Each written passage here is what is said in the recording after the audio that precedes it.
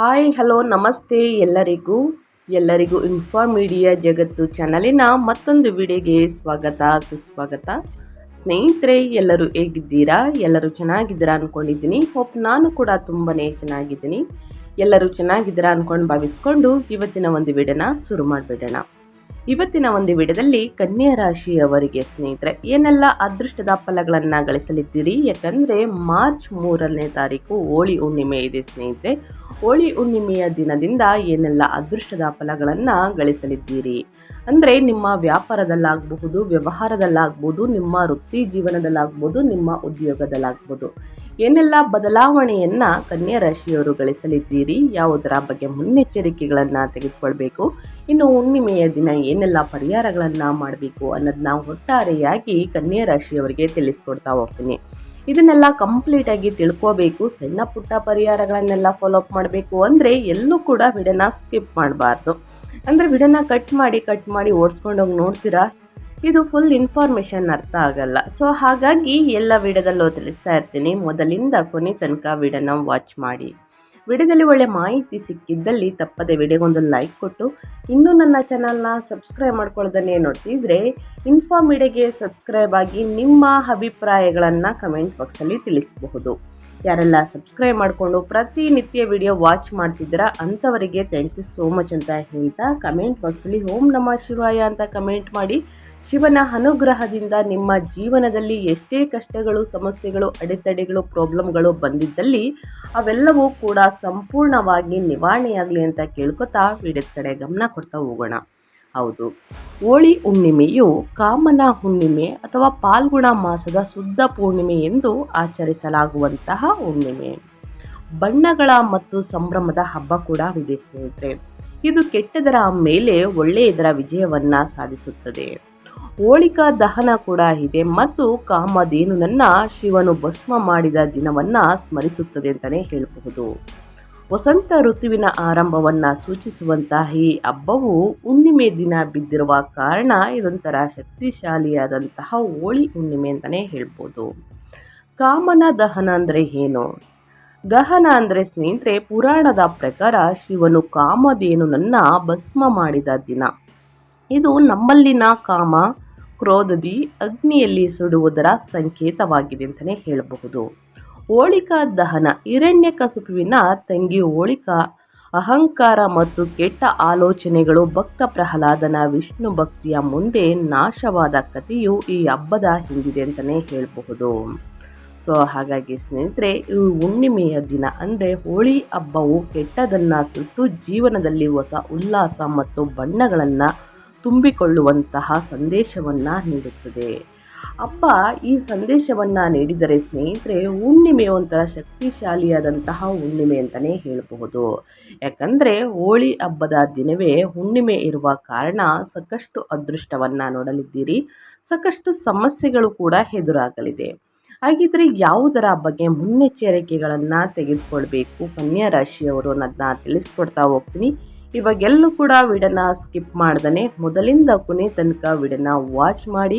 ವಿಡಿಯೋಗೆ ಇನ್ನೂ ಲೈಕ್ ಮಾಡ್ದೇ ನೋಡ್ತಿದ್ರೆ ದಯವಿಟ್ಟು ಲೈಕ್ ಮಾಡಿ. ಈ ಅದೃಷ್ಟ ರಾಶಿ ನಿಮ್ಮ ಕುಟುಂಬದಲ್ಲಿ ಮತ್ತು ನಿಮ್ಮ ಸ್ನೇಹಿತರಲ್ಲಿ ಇದ್ದರೆ ತಪ್ಪದೆ ಅವ್ರಿಗೂ ಕೂಡ ವಿಡಿಯೋವನ್ನು ಶೇರ್ ಮಾಡಿ. ನಿಮ್ಮ ಕಡೆಯಿಂದ ಅದೃಷ್ಟ ಭವಿಷ್ಯವನ್ನು ಅವರು ಕೂಡ ತಿಳ್ಕೊಂಡಂಗಾಗುತ್ತೆ. ಓಕೆ, ಕನ್ಯಾ ರಾಶಿಯವರಿಗೆ ಮಾಸಿಕ ಭವಿಷ್ಯ ಫೆಬ್ರವರಿ 25ರ ನಂತರ ಅಂದರೆ ಸ್ನೇಹಿತರೆ ಹುಣ್ಣಿಮೆ ಬರುವ ಮುಂಚೆ ಏನೆಲ್ಲ ಅದೃಷ್ಟದ ಫಲಗಳನ್ನು ಗಳಿಸಲಿದ್ದೀರಿ, ಇನ್ನು ಹುಣ್ಣಿಮೆಯ ದಿನ ಏನೆಲ್ಲ ಪರಿಹಾರವನ್ನು ಮಾಡಬೇಕು ಅನ್ನೋದನ್ನ ನೋಡ್ತಾ ಹೋಗೋಣ. ಒಟ್ಟಾರೆಯಾಗಿ ಹೇಳಬೇಕು ಅಂದರೆ ಸಮಸ್ಯೆಗಳಿಗೆ ಪರಿಹಾರ ಮತ್ತು ವೃತ್ತಿ ಜೀವನದ ಉತ್ತಂಗ ಅಂತಲೇ ಹೇಳ್ಬೋದು. ಫೆಬ್ರವರಿ 2026 ನಿಮ್ಮ ವಿಶ್ಲೇಷಣಾತ್ಮಕ ಕೌಶಲ್ಯಗಳಿಗೆ ಭಾರಿ ಬೇಡಿಕೆ ಇರುವ ತಿಂಗಳು ಅಂತಲೇ ಹೇಳ್ಬೋದು. ಬರುವಂತಹ ಹುಣ್ಣಿಮೆ ಗ್ರಹಗಳ ಗಮನವು ನಿಮ್ಮ 6ನೇ ಮನೆಯ ಕುಂಭರಾಶಿಯ ಮೇಲಿದೆ. ಇದು ಸೇವೆ, ಶತ್ರುಗಳು ಮತ್ತು ಅಡೆತಡೆಗಳ ಸ್ಥಾನ. ಕನ್ಯಾ ರಾಶಿಯವರಿಗೆ ಇದು ಪರಿಚಿತ ಕ್ಷೇತ್ರ. ಕೆಲಸದಲ್ಲಾಗಲಿ ಅಥವಾ ವೈಯಕ್ತಿಕ ಜೀವನದಲ್ಲಾಗಲಿ ಗೊಂದಲಗಳನ್ನು ಬಗೆಹರಿಸುವಲ್ಲಿ ನೀವು ಅದ್ಭುತ ಯಶಸ್ಸನ್ನು ಪಡೆಯಲಿದ್ದೀರಿ. ಅದೇ ಸಮಯದಲ್ಲಿ ಶುಭ ಗ್ರಹವಾದಂತಹ ಗುರು ನಿಮ್ಮ 10ನೇ ಮನೆಯಲ್ಲಿ ಮಿಥುನ ರಾಶಿಯಲ್ಲಿ ಸಂಚರಿಸುತ್ತಿದ್ದಾರೆ. ಇದು ವೃತ್ತಿ ಜೀವನದ ಉನ್ನತಿಯ ಸ್ಪಷ್ಟ ಸೂಚನೆ ಅಂತಲೇ ಹೇಳಬಹುದು. 7ನೇ ಮನೆಯಲ್ಲಿರುವಂತಹ ಶನಿಯು ನಿಮ್ಮ ಪಾಲುದಾರಿಕೆಯನ್ನು ಪರೀಕ್ಷಿಸುತ್ತಿದ್ದರು. 6 ಮತ್ತು 10ನೇ ಮನೆಗಳ ಶಕ್ತಿಯು ನಿಮ್ಮ ವೈಯಕ್ತಿಕ ಜೀವನಕ್ಕಿಂತ ವೃತ್ತಿ ಜೀವನವು ಹೆಚ್ಚು ತೃಪ್ತಿದಾಯಕವಾಗಿರುವಂತೆ ನೋಡಿಕೊಳ್ಳುತ್ತದೆ ಸ್ನೇಹಿತರೆ. ಹಾಗಿದ್ರೆ ಗ್ರಹಗಳ ಸಂಚಾರ ಹೇಗಿರಲಿದೆ, ಕನ್ಯಾ ರಾಶಿಯವರಿಗೆ ಯಾವುದರ ಬಗ್ಗೆ ಮುನ್ನೆಚ್ಚರಿಕೆಗಳನ್ನು ತೆಗೆದುಕೊಳ್ಬೇಕು, ಗ್ರಹ ಸಂಚಾರದ ಸ್ಥಾನದಲ್ಲಿ ಏನೆಲ್ಲ ಪ್ರಭಾವವನ್ನು ಬೀರಲಿದೆ ಕನ್ಯಾ ರಾಶಿಯವರು ಅನ್ನೋದನ್ನ ನೋಡ್ತಾ ಹೋಗೋಣ. ಕನ್ಯಾ ರಾಶಿಯವರಿಗೆ ಪ್ರಮುಖ ಗ್ರಹ ಸಂಚಾರಗಳು ಹೇಗಿರಲಿದೆ ಅಂದರೆ, ನಿಮ್ಮ ರಾಶಿಯ ಅಧಿಪತಿ ಬುಧ 6ನೇ ಮನೆಯಿಂದ ಕುಂಭದಲ್ಲಿ ಸಂಚಾರವನ್ನು ಮಾಡಲಿದೆ ಸ್ನೇಹಿತರೆ. ಇದು ಯಾವ ರೀತಿ ಪ್ರಭಾವವನ್ನು ಬೀರಲಿದೆ ಅಂದರೆ, ಸಂಕೀರ್ಣ ಸಮಸ್ಯೆಗಳ ಪರಿಹಾರ ಮತ್ತು ಆರೋಗ್ಯದಲ್ಲಿ ಸಾಕಷ್ಟು ಬದಲಾವಣೆಯನ್ನು ಬೀರಲಿದೆ. ಗುರು 10ನೇ ಮನೆಯಲ್ಲಿ ಮಿಥುನದಲ್ಲಿ ವೃತ್ತಿಯಲ್ಲಿ ಮನ್ನಣೆ ಮತ್ತು ವಿಸ್ತರಣೆ ಹೆಚ್ಚಾಗಲಿದೆ. ಇನ್ನು ಶನಿ 7ನೇ ಮನೆಯಲ್ಲಿ ಮೀನದಲ್ಲಿ ದಾಂಪತ್ಯ ಮತ್ತು ವ್ಯಾವಹಾರಿಕ ಒಪ್ಪಂದಗಳ ಪರೀಕ್ಷೆ. ಮಂಗಳ 5ನೇ ಮನೆಯ ನಂತರ 6ನೇ ಮನೆಗೆ ಸ್ಥಳಾಂತರಗೊಂಡು ತಾಂತ್ರಿಕ ಕೌಶಲ್ಯ ಮತ್ತು ಶತ್ರುಗಳ ಮೇಲೆ ಜಯ ಸಾಧಿಸಲಿದೆ. ಸೂರ್ಯ 6ನೇ ಮನೆಯಲ್ಲಿ ಕುಂಭದಲ್ಲಿ ಸಂಚಾರವನ್ನು ಮಾಡಲಿದೆ. ಕಾನೂನು ಸಮಾರಂಭಗಳಲ್ಲಿ ವಿಜಯ ಮತ್ತು ಸೇವೆ ಹೆಚ್ಚಾಗಲಿದೆ ಅಂತಲೇ ಹೇಳ್ಬೋದು. ಇದು ಗ್ರಹಗಳ ಸಂಚಾರ, ಗ್ರಹಗಳ ಸ್ಥಾನ ಬದಲಾವಣೆ, ಇದರಿಂದ ಆಗುವಂತಹ ಪ್ರಭಾವಗಳು ಕನ್ಯಾ ರಾಶಿಯವರಿಗೆ ತಿಳಿಸ್ಕೊಟ್ಟಾಯಿತು. ಇನ್ನು ಒಂದೊಂದಾಗಿ ತಿಳಿಸೋದಾದರೆ, ವ್ಯಾಪಾರ ವ್ಯವಹಾರದಲ್ಲಿ, ಹಣಕಾಸಿನಲ್ಲಿ, ವೃತ್ತಿ ಜೀವನದಲ್ಲಿ, ಉದ್ಯೋಗದಲ್ಲಿ, ನಿಮ್ಮ ಆರೋಗ್ಯದಲ್ಲಿ ಏನೆಲ್ಲ ಬದಲಾವಣೆಯನ್ನು ಗ್ರಹಗಳು ಸೂಚಿಸಲಿದೆ, ಯಾವುದರ ಬಗ್ಗೆ ಮುನ್ನೆಚ್ಚರಿಕೆಗಳನ್ನು ತೆಗೆದುಕೊಳ್ಬೇಕು ಅನ್ನೋದನ್ನ ನೋಡ್ತಾ ಹೋಗೋಣ. ಮೊದಲನೇದಾಗಿ ನಿಮ್ಮ ಹೆಲ್ತ್ ಬಗ್ಗೆನೇ ತಿಳಿಸ್ಕೊಟ್ಬಿಡ್ತೀನಿ. ನಿಮ್ಮ ಆರೋಗ್ಯದಲ್ಲಿ ಏನೆಲ್ಲ ಬದಲಾವಣೆಯನ್ನು ಸೂಚಿಸಲಾಗಿದೆ, ಯಾವುದರ ಬಗ್ಗೆ ಮುನ್ನೆಚ್ಚರಿಕೆಗಳನ್ನು ತೆಗೆದುಕೊಳ್ಬೇಕು ಕನ್ಯಾ ರಾಶಿಯವರು ಅಂದರೆ, ನಿಮ್ಮ ರಾಶಿಯ ಅಧಿಪತಿ ಬುಧ ಮತ್ತು ಇತರ ಗ್ರಹಗಳು 6ನೇ ಮನೆಯಲ್ಲಿ ರೋಗದ ಸ್ಥಾನದಲ್ಲಿ ಇರುವುದರಿಂದ ಆರೋಗ್ಯದ ಕಡೆ ಹೆಚ್ಚಿನ ಗಮನ ನೀಡಬೇಕು ಸ್ನೇಹಿತರೆ. ನೀವು ಸಾಕಷ್ಟು ನೆಗ್ಲೆನ್ಸಿ ಅಂತಲೇ ಹೇಳಬಹುದು. ನಿಮ್ಮ ರೋಗ ನಿರೋಧಕ ಶಕ್ತಿ ಚೆನ್ನಾಗಿದ್ದರೂ ಕೂಡ ಕುಂಭರಾಶಿಯ ಅತಿಯಾದ ವಾಯು ತತ್ವದ ಪ್ರಭಾವದಿಂದ ನರಗಳ ಆತಂಕ, ಸ್ನಾಯು ಸೆಳೆತ ಅಂತಲೇ ಹೇಳಬಹುದು. ನಿದ್ರಾಹೀನತೆ ಅಥವಾ ಜೀರ್ಣಕ್ರಿಯೆಯ ಸಮಸ್ಯೆಗಳು ನಿಮ್ಮನ್ನು ಕಾಡಬಹುದು. ಕನ್ಯಾ ರಾಶಿಯವರು ಸಾಮಾನ್ಯ ದೌರ್ಬಲ್ಯನ ಕಾಣಿಸ್ಕೊಳ್ಬಹುದು ಅಂತಲೇ ಹೇಳಬಹುದು. ತಿಂಗಳ ಅಂತ್ಯದಲ್ಲೂ ಕೂಡ ಮಂಗಳ ಮತ್ತು ರಾಹು ಸೇರಿದಾಗ ಉರಿಯೂತ ಅಥವಾ ಸಣ್ಣ ಪುಟ್ಟ ಅಪಘಾತಗಳು ಅಪಾಯವಿರುತ್ತದೆ. ಅಡುಗೆ ಮನೆಯಲ್ಲಿ ಚೂಪಾದ ವಸ್ತುಗಳನ್ನು ಬಳಸುವಾಗ ಜಾಗರೂಕರಾಗಿರಿ. ಹೊಟ್ಟೆಯ ಆರೋಗ್ಯದ ಬಗ್ಗೆ ಕಾಳಜಿ ವಹಿಸಿ. ತಾಜಾ ಮತ್ತು ಮನೆಯಲ್ಲೇ ತಯಾರಿಸಿದ ಆಹಾರ ಸೇವನೆಯನ್ನು ಈ ತಿಂಗಳು ನಿಮಗೆ ಉತ್ತಮ ಔಷಧಿಯಾಗಿದೆ. ಹೊರಗಿಂದ ತಿಂಡಿ ತಿನಿಸುಗಳನ್ನು ಚೆನ್ನಾಗಿ ತಿನ್ನುವುದರಿಂದ ಹೊಟ್ಟೆಯ ಸಮಸ್ಯೆಗಳು ನಿಮ್ಮನ್ನು ಕಾಡಬಹುದು. ಸೊ ಹಾಗಾಗಿ ಬಹಳಷ್ಟು ಎಚ್ಚರಿಕೆ ವಹಿಸುವುದು ಉತ್ತಮ. ಇನ್ನು ತಾಜಾ ಹಸಿರು ತರಕಾರಿ, ಹಣ್ಣು ಹಂಪಲುಗಳನ್ನು ಚೆನ್ನಾಗಿ ಸೇವಿಸಿ, ಚೆನ್ನಾಗಿ ನೀರನ್ನು ಕುಡಿಯಿರಿ. ಚೂಪಾದ ವಸ್ತುಗಳನ್ನು ಬಳಸುವಾಗ ಬಹಳಷ್ಟು ಜಾಗರೂಕತೆ ಅಗತ್ಯ ಸ್ನೇಹಿತರೆ. ಕನ್ಯಾ ರಾಶಿಯವರು, ನಿಮ್ಮ ಆರೋಗ್ಯ ನಿಮ್ಮ ಕೈಯಲ್ಲಿದೆ. ನಿದ್ರಾಹೀನತೆ ಮತ್ತು ನರಗಳ ಆತಂಕ ಅಂತಲೇ ಹೇಳಬಹುದು. ಜೀರ್ಣಕ್ರಿಯೆಯ ಸಮಸ್ಯೆಗಳು ನಿಮ್ಮನ್ನು ಕಾಡಬಹುದು. ಪ್ರತಿದಿನ ಯೋಗ ಧ್ಯಾನವನ್ನು ಮಾಡಿ, ಮೆಡಿಟೇಷನನ್ನು ಮಾಡಿ, ಹಸಿರು ತರಕಾರಿ ಹಣ್ಣು ಹಂಪಲುಗಳನ್ನು ಸೇವಿಸಿ ಚೆನ್ನಾಗಿ ನಿದ್ರೆಯನ್ನು ಮಾಡುವುದರಿಂದ ಉನ್ನತ ಆರೋಗ್ಯವನ್ನು ಪಡೆದುಕೊಳ್ಳಲಿದ್ದೀರಿ ಅಂತಲೇ ಹೇಳಬಹುದು. ಇನ್ನು ಅದೇ ರೀತಿ ಹಣಕಾಸಿನ ಬಗ್ಗೆ ಹೇಳೋದಾದರೆ, ಏನೆಲ್ಲ ಬದಲಾವಣೆಯನ್ನು ಗ್ರಹಗಳು ಸೂಚಿಸುತ್ತಿದೆ, ಯಾವುದರ ಬಗ್ಗೆ ಮುನ್ನೆಚ್ಚರಿಕೆಗಳನ್ನು ತೆಗೆದುಕೊಳ್ಬೇಕು ಅನ್ನೋದನ್ನ ನೋಡ್ತಾ ಹೋಗೋಣ.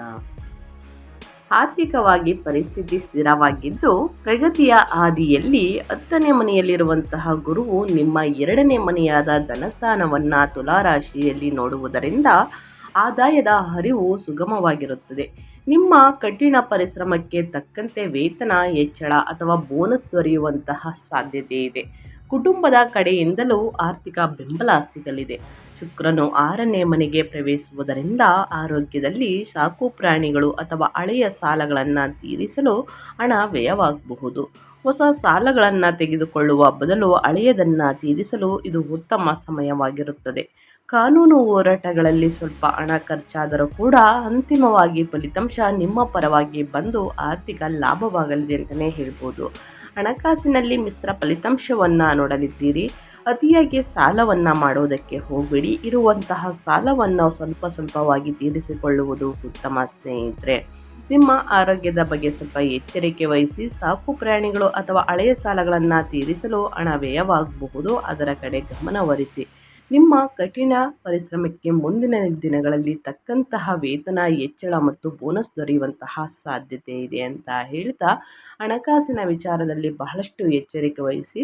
ಬೆಲೆ ಬಾಳುವಂತಹ ವಸ್ತುಗಳನ್ನು ಖರೀದಿ ಮಾಡುವುದಕ್ಕೆ ಈ ತಿಂಗಳು ಬೆಟರ್ ಇಲ್ಲ ಅಂತಲೇ ಹೇಳಬಹುದು.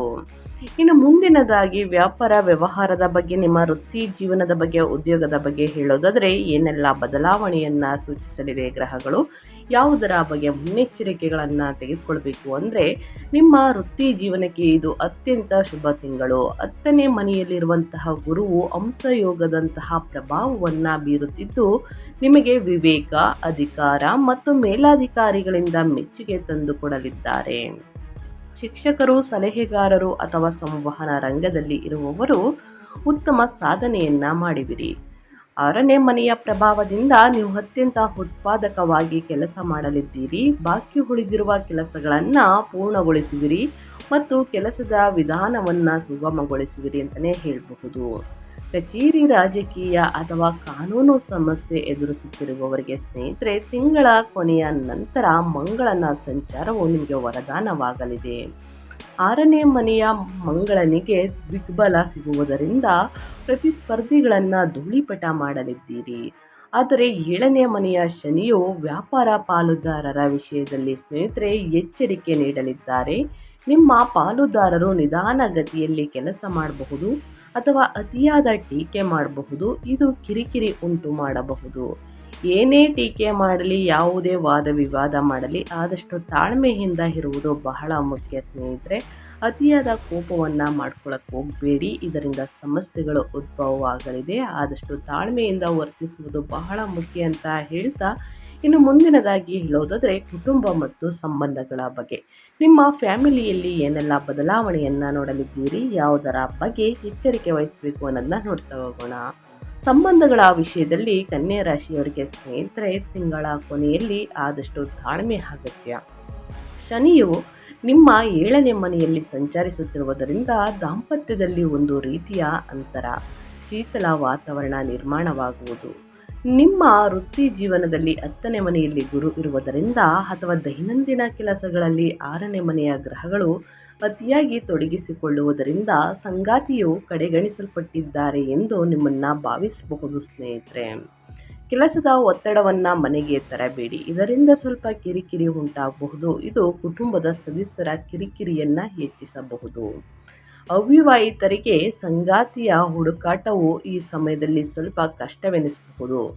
ಸಂಬಂಧಗಳಿಗಾಗಿ ಹಠ ಮಾಡುವುದಕ್ಕಿಂತ ಈ ಸಮಯದಲ್ಲಿ ಸ್ವಯಂ ಸುಧಾರಣೆಯ ಮೇಲೆ ಗಮನ ಹರಿಸುವುದು ಬಹಳ ಉತ್ತಮ. ಹಾಗಾಗಿ ಸ್ನೇಹಿತರೆ, ಸಂಗಾತಿ ಅಂತಂದರೆ ಮದುವೆ ಯೋಗ ಇದೆ ಸ್ನೇಹಿತರೆ. ಮುಂದಿನ ತಿಂಗಳುಗಳಲ್ಲಿ ಮದುವೆ ಯೋಗ ಖಂಡಿತವಾಗಿಯೂ ಇದೆ. ಮದುವೆ ಪ್ರಸ್ತಾಪಗಳು ನಡೆಯಲಿದೆ. ಸ್ವಲ್ಪ ಕಷ್ಟಕರ ಎನಿಸಬಹುದು ಈ ತಿಂಗಳು. ಇನ್ನು ವಿದ್ಯಾರ್ಥಿಗಳಿಗೆ ಹೇಳೋದಾದರೆ, ಶಿಕ್ಷಣದಲ್ಲಿ ಸ್ನೇಹಿತರೆ, ಹುಣ್ಣಿಮೆಯ ನಂತರ ವಿದ್ಯಾರ್ಥಿಗಳಿಗೆ ವಿಶೇಷವಾಗಿ ತಾಂತ್ರಿಕ್, ಕೋಡಿಂಗ್ ಅಥವಾ ಗಣಿತ ಕ್ಷೇತ್ರದವರಿಗೆ ಅದ್ಭುತವಾಗಿದೆ. 5ನೇ ಮನೆಯ ಉಚ್ಚ ಮಂಗಳನು ನಿಮ್ಮ ಬುದ್ಧಿಶಕ್ತಿ ಮತ್ತು ತರ್ಕವನ್ನು ಚುರುಕುಗೊಳಿಸುತ್ತಾನೆ. ಸಂಕೀರ್ಣವಾದ ವಿಷಯಗಳನ್ನು ನೀವು ಸುಲಭವಾಗಿ ಗ್ರಹಿಸುವಿರಿ. ಸ್ನೇಹಿತರೆ, 6ನೇ ಮನೆಯ ಪ್ರಭಾವ ಹೆಚ್ಚಾಗಿರುವುದರಿಂದ ಸ್ಪರ್ಧಾತ್ಮಕ ಪರೀಕ್ಷೆಗಳಿಗೆ ತಯಾರಿಯನ್ನು ನಡೆಸುತ್ತಿರುವವರಿಗೆ ಅತ್ಯಂತ ಪೂರಕವಾಗಿದೆ. ಸರ್ಕಾರಿ ಉದ್ಯೋಗ, ವೈದ್ಯಕೀಯ ಅಥವಾ ಕಾನೂನು ಪ್ರವೇಶದ ಪರೀಕ್ಷೆಯನ್ನು ಬರೆಯುವವರು ಇತರರಿಗಿಂತ ಉತ್ತಮವಾಗಿ ಸಾಧನೆಯನ್ನು ಮಾಡಲಿದ್ದಾರೆ. ಆದರೆ ವಿಪರೀತ ಓದಿನಿಂದ ಸುಸ್ತಾಗಬೇಡಿ, ನಡುವೆ ಸಣ್ಣ ವಿರಾಮಗಳನ್ನು ತೆಗೆದುಕೊಳ್ಳಿ ಸ್ನೇಹಿತರೆ, ಒಳಿತಾಗಲಿದೆ. ಇನ್ನು ಈ ತಿಂಗಳಲ್ಲಿ ಅನುಸರಿಸಬೇಕಾದ ಪರಿಹಾರದ ಕ್ರಮಗಳು, ಇದನ್ನು ಹುಣ್ಣಿಮೆ ದಿನ ಕೂಡ ಮಾಡಬಹುದು. ಶಕ್ತಿಶಾಲಿಯಾದಂತಹ ಹುಣ್ಣಿಮೆ ಅಂತಲೇ ಹೇಳಬಹುದು. 6ನೇ ಮನೆಯ ಗ್ರಹಗತಿಗಳು ನಿಯಂತ್ರಿಸಲು ಕನ್ಯಾ ರಾಶಿಯವರು ಆರೋಗ್ಯ ಮತ್ತು ವಿಜಯವನ್ನು ಸಾಧಿಸಲು ಕನ್ಯಾ ರಾಶಿಯವರು ನಾನು ಹೇಳುವಂತಹ ಪರಿಹಾರಗಳನ್ನು ತಪ್ಪದೇ ಮಾಡಬೇಕಾಗುತ್ತದೆ. ಮೊದಲನೇದಾಗಿ ವಿಷ್ಣು ಆರಾಧನೆ. ಬುಧನ ನಿಮ್ಮ ರಾಶಿಯ ಅಧಿಪತಿ ಆಗಿರುವುದರಿಂದ ಪ್ರತಿ ಬುಧವಾರ ವಿಷ್ಣು ಸಹಸ್ರನಾಮ ಪಠಿಸುವುದು ಅಥವಾ ಕೇಳುವುದು ನಿಮ್ಮ ಮನಸ್ಸನ್ನು ಶಾಂತವಾಗಿ ಮತ್ತು ಏಕಾಗ್ರತೆಯಿಂದ ಇಡಲು ಸಹಾಯವನ್ನು ಮಾಡುತ್ತದೆ. ಇನ್ನು ಶನಿ ದೀಪ. ಶನಿಯು 7ನೇ ಮನೆಯಲ್ಲಿ ಇರುವುದರಿಂದ ದಾಂಪತ್ಯ ಕಲಹ ತಡೆಯಲು ಶನಿವಾರ ಸಂಜೆ ಅಶ್ವತ್ಥ ಮರದ ಕೆಳಗೆ ಎಳ್ಳೆಣ್ಣೆ ದೀಪವನ್ನು ಹಚ್ಚಿ. ಇನ್ನು ಅದೇ ರೀತಿ ಸ್ನೇಹಿತರೆ, ಬಡವರಿಗೆ, ನಿರ್ಗತಿಕರಿಗೆ ನಿಮ್ಮ ಕೈಯಲ್ಲಾದಷ್ಟು ಸಹಾಯವನ್ನು ಮಾಡಿ. ಅನಾರೋಗ್ಯದಿಂದ ಇರುವವರಿಗೆ ಮತ್ತು ಅಸಹಾಯಕರಿಗೆ ಸಹಾಯವನ್ನು ಮಾಡಿ. ಇದು ನಿಮ್ಮ ಆರೋಗ್ಯದ ಮೇಲಿನ ನಕಾರಾತ್ಮಕ ಪ್ರಭಾವವನ್ನು ತಗ್ಗಿಸುತ್ತದೆ. 6ನೇ ಮನೆಯು ಸಕ್ರಿಯವಾಗಿರುವುದರಿಂದ ಈ ಪರಿಹಾರವನ್ನು ತಪ್ಪದೇ ಮಾಡಿ ಸ್ನೇಹಿತರೆ, ಒಳಿತಾಗಲಿದೆ. ಸ್ನೇಹಿತರೆ, ಇವತ್ತಿನ ಒಂದು ವಿಡಿಯೋ ಇದಾಗಿರುತ್ತೆ. ವಿಡಿಯೋದಲ್ಲಿ ಒಳ್ಳೆಯ ಮಾಹಿತಿ ಸಿಕ್ಕಿದ್ದಲ್ಲಿ, ಈ ವಿಡಿಯೋ ಯೂಸ್ಫುಲ್ ಅನಿಸಿದ್ದಲ್ಲಿ ಕನ್ಯಾ ರಾಶಿಯವರು ಇನ್ನೂ ವಿಡಿಯೋಗೆ ಲೈಕ್ ಮಾಡಿಲ್ಲ ಅಂದರೆ ದಯವಿಟ್ಟು ಲೈಕ್ ಮಾಡಿ, ಕಮೆಂಟ್ ಮಾಡಿ, ನಿಮ್ಮ ಅಭಿಪ್ರಾಯವನ್ನು ತಿಳಿಸಿ ಅಂತ ಹೇಳ್ತಾ, ನಿಮಗೂ ಮತ್ತು ನಿಮ್ಮ ಕುಟುಂಬಕ್ಕೆ ತುಂಬಾ ಒಳ್ಳೆಯದಾಗಿ ಶಿವನ ಅನುಗ್ರಹ ನಿಮ್ಮ ಮೇಲಿರಲಿ ಅಂತ ಹೇಳ್ತಾ, ಮತ್ತೊಂದು ವಿಡಿಯೋ ಜೊತೆ ಮತ್ತೊಂದು ಹೊಸ ಭವಿಷ್ಯದಲ್ಲಿ ಸಿಗ್ತೀನಿ. Thank you for watching.